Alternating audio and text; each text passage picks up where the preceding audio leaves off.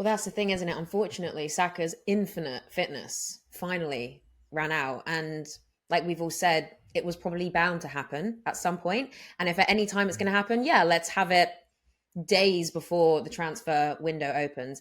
So obviously, he has had his surgery. He's not back until at least we're looking at March. How do we all think individually, one by one, we're going to fill the void? How? I know we've briefly touched on it, but how do you really think? I don't know. It's uh, right. When Sterling arrived, I was very happy to see him and the video and all that. But I've watched Arsenal. I've watched Sterling in his minutes. I've seen Ben White have a full-on argument with him for not tracking back to the level that Saka does at Bournemouth. I've seen Arteta screaming at him to get back, and I don't want to completely go in on Sterling because I think he's got quality going forward. And I know there was reports of him in training doing well, but like it's just more the fact that defensively he's not the level that we need. And I think in this team, you need to work just as hard going forward as you do going back. And I know Thierry mentioned that to Saka after the Champions League game on CBS, and Saka thanked him for it because, like he mentioned, that we have to work just as hard. So I don't see it being Sterling. It might be in moments, in flashes where he gets off the bench and plays there, but I don't mind Jesus on the right if I'm being real. I know he's on a run of form where he's scoring goals in the 9, but I think what Jesus, when he's on form and he's confident, he protects the ball well. He's got very good feet. He can bring in other players. He doesn't really use blistering pace, and Saka is very fast. But it's not like Saka goes and just completely just burns out a man. He keeps the ball well and protects it and builds up play and is very technical. And I think will accompany Martin Odegaard the best. I think that's the most natural solution. That's from what I've seen personally. Martinelli out there, I didn't love Havertz, like you mentioned. He was at Leverkusen playing there. That could work, but if not that, then if it's not going to be Jesus on the right, which I think is the most obvious for me, there's a number of players in the Premier League that I could target that I honestly believe. I literally went through today on the way in all the teams. I was like, oh, he'd be great. He'd be great. He'd fit the system. This would be all these players, and I'm sure at some point we'll go through options, but I think there's people out there, they're on big contracts. And I looked at all the contract ending of all the players in these teams, and it's lot 2029, 2030. I get that. And it's January, so it's going to be tough. But I mean, if you really are desperate to find a solution for it, and you really need to go and find a solution for Saka being missing, there's definitely players available, in my opinion. But if you don't do that, then Jesus is my obvious answer.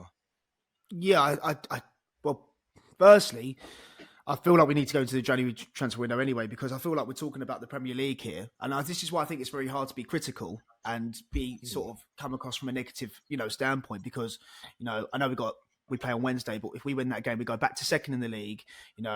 We were in the Carabao Cup semi-final.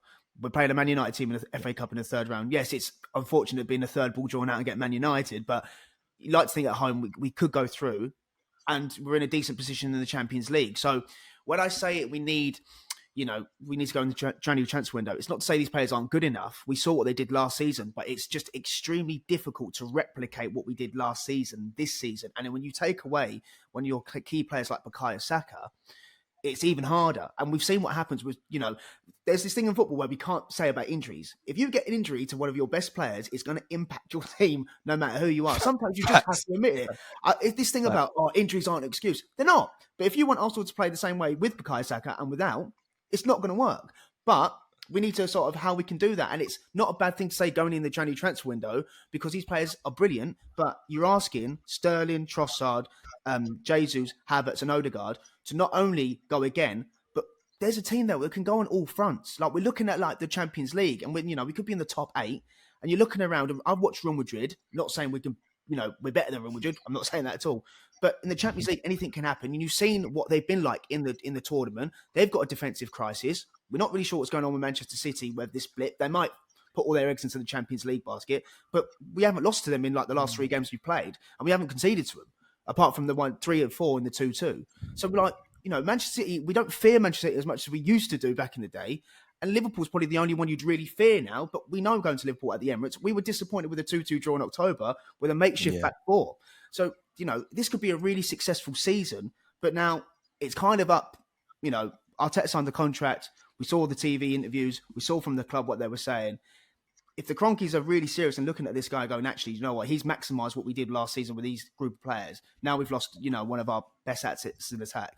Let's go into the January transfer window and try and get someone, and not someone that would just be happy to sit on the bench. And this is the thing, someone that's going to come in, ruffle some feathers. And when Saka comes back from injury, you're saying, listen, we can't drop him, but we need to put Saka back in. So whoever this guy is, if we play him through the middle, we play him up front, we drop Havertz into midfield, because it gives everyone else, it gives everyone else the whole Premier League. Imagine if we go out and sign someone, everyone's going, Arsenal is serious. Like, they are serious. They're building. Forget how long it takes. They're still ambitious. They still want to win. They still want to deliver. If we go out and not buy anyone in the January transfer window, that tells me a lot. I think it's going to be a massive ask, because if we lose another attacking player for a suspension or for an injury, then we're really, we're short on numbers. Put it this way: on the bench, our attacking option was a 17-year-old. Now, if we're trying to go for a league for the first time in 20 years, I don't think that can possibly happen. And I think that's a massive weight on Ethan's shoulders, as well as the team. So we've got to go and find somewhere in the January transfer window to address the situation, and also do some work on the training pitch. But there can be options there. We can rotate. We can be fluid.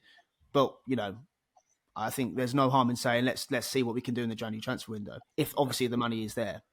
I think as well, the team we're up against, Liverpool, have showed what you can do in the January window. 2 of their 5 attacking options they've got are Gakpo and Diaz. Both were signed in the January transfer window. It shows you what is, capable and available, not just, of course, with English clubs, but both of those came from 2 leagues not widely regarded, as the most competitive in Europe, in Portugal and, of course, in the Netherlands as well. So there is opportunities for Arsenal, both inside and outside of England. I think that the mood around the club right now is a little bit hyperbolic, I think, because of where we sit. We are a win in our next game away from being, second in the league again and chasing and closing that gap to Liverpool. You're third in the Champions League. You're in the semi-final of the League Cup. You've got a chance to knock out a competitor for the FA Cup in the first round we play. And if we win our next 2 games away at Brentford and Brighton, Arsenal will be 2 points better off after 20 games than they were 20 games in last season, despite this kind of hysteria we have about this season being so much worse. We could still be in a better position after 20 games compared to the previous campaign. So that, I think, brings a little perspective to where we're at. But there are issues behind, and we know that. In the 18 league games we've had, we've either scored 1 or 0 goals in 8 of those games. And in those 8 games, we've lost 14 points. So that's something that needs to be addressed. Arsenal are, without a doubt, the best defensive team, probably in Europe. We can shut out pretty much any side. And, that goes to show of records like we've not conceded more than 2 goals in any game in 2024, which is nuts. Absolutely insane. And I think that while that's great, Liverpool, when you watch them, you go, this is by far the most threatening team in the world. And Arsenal have just been unable to kind of combine those 2 aspects. The aspects that have seen them break records in terms of scoring away from home, with 5+ goals in 6 games this year, but also at the same point, been unable to do that consistently enough so that you're just edging past Ipswich, or you're dropping points at home to Everton or at Fulham. And yes, there's things that have gone against us. Injuries have been horrendous. Some refereeing controversies and red cards have cost us as well in games that otherwise would see us close this gap. And Liverpool have had a much more fortuitous fixture list compared to us in the first half. We played the majority of the top 10 teams away from home already. So the optics look positive. But both, Luke and Cecil have highlighted the fact that we need to take control of our own destiny and go into the market in January and take it by the scruff of the neck and take this season by the scruff of the neck by spending some money. I think that's why. Go on, Luke. No, I was just saying, because we're in this position where we can't drop any more points. So this is the thing. So on Friday, when people say, it's a must-win game, well, it's just a must-win game on Wednesday, and then the following Saturday, and the following Saturday after that.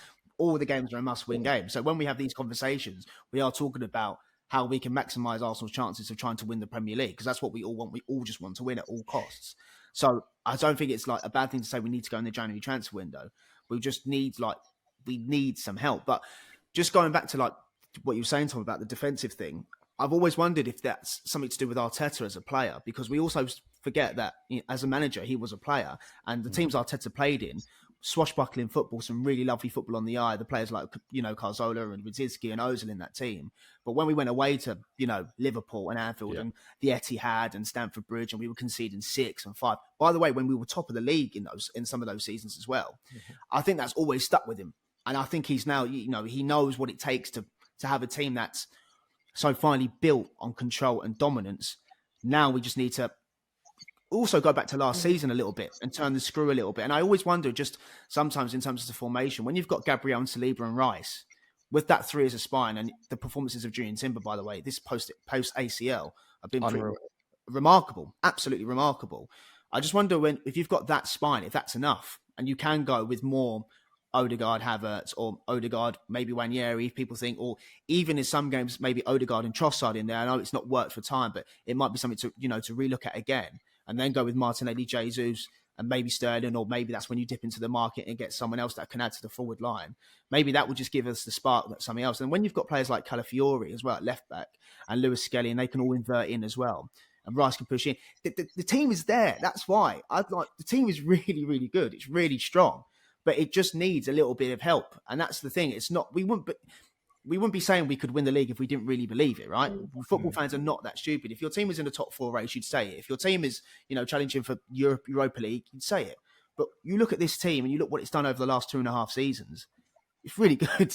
You don't win 16 games, draw 1 and lose 1 in 2024 and be that close to winning the league if you're not a good side. You're an incredible side, but we just need to replicate that form in the second half of the season without dropping points, which is going to be a massive ask.